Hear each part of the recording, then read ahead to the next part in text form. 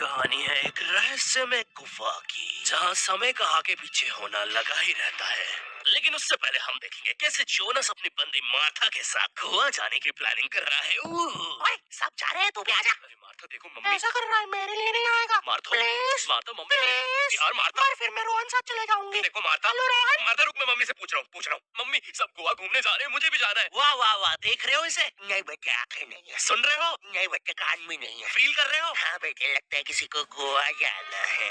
आप ज्यादा एक्साइटेड मत हो, वरना हर 2 मिनट में तो ऊपर से रोशनी नजर आने लगती है। कल पूरी रात मैं सो नहीं पाई उनके पीछे।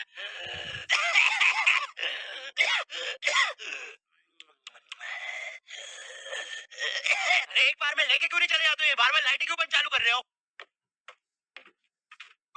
मम्मी प्लीज जाने दो ना। बेटा देख, अपने पापा से जाके पूछ। ठीक है पापा, बड़े मम्मी से पूछ। बेटा पानी। बड़े मम्मी से पूछ।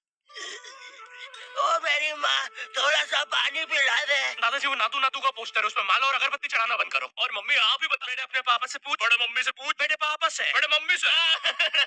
मम्मी आप ही मम्मी पापा पापा इन लोगों ने बचपन में भी ऐसे ही किया था, जब मैंने मेले में एक काली लंबी बंदूक से उस आदमी के फुक्के फोड़ने के लिए जिद करी थी। पापा, मम्मी। 15 साल तक मुझे उस फुक्के वाले के साथ रहना पड़ा था।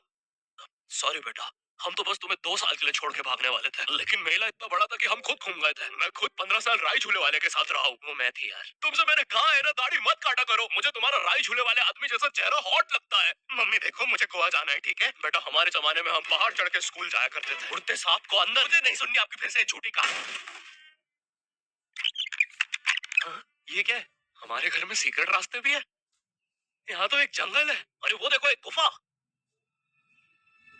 ये हमारे घर के पीछे क्या कर रही है? हेलो हेलो, क्या? बस करो, किसी जानवर ने सुन लिया ना। 1 सेकंड इधर आना जरा।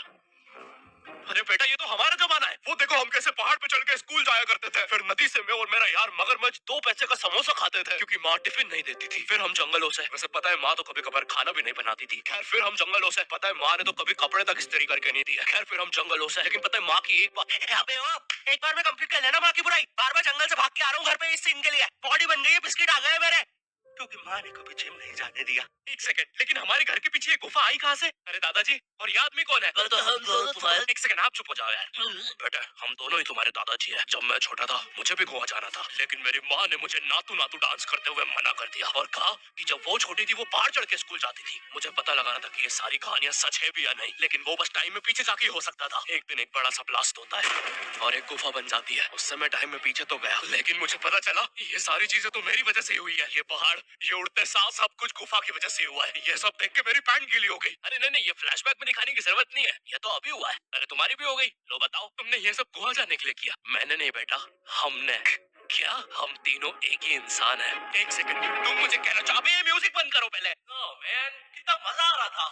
तुम भी हम ही हो। तभी मैं सोचूं मेरी भी पैंट गीली क्यों है। ये तुम्हारा ही बेटा है, तुम अपने पापा के भी पापा बन गए टाइम में पीछे आने की वजह से। 1 सेकंड, अगर इतना सब हमने गोवा जाने के लिए किया है, तो क्या आखिरी में हम गोवा जा पाए? नहीं, लेकिन कोशिश जारी है।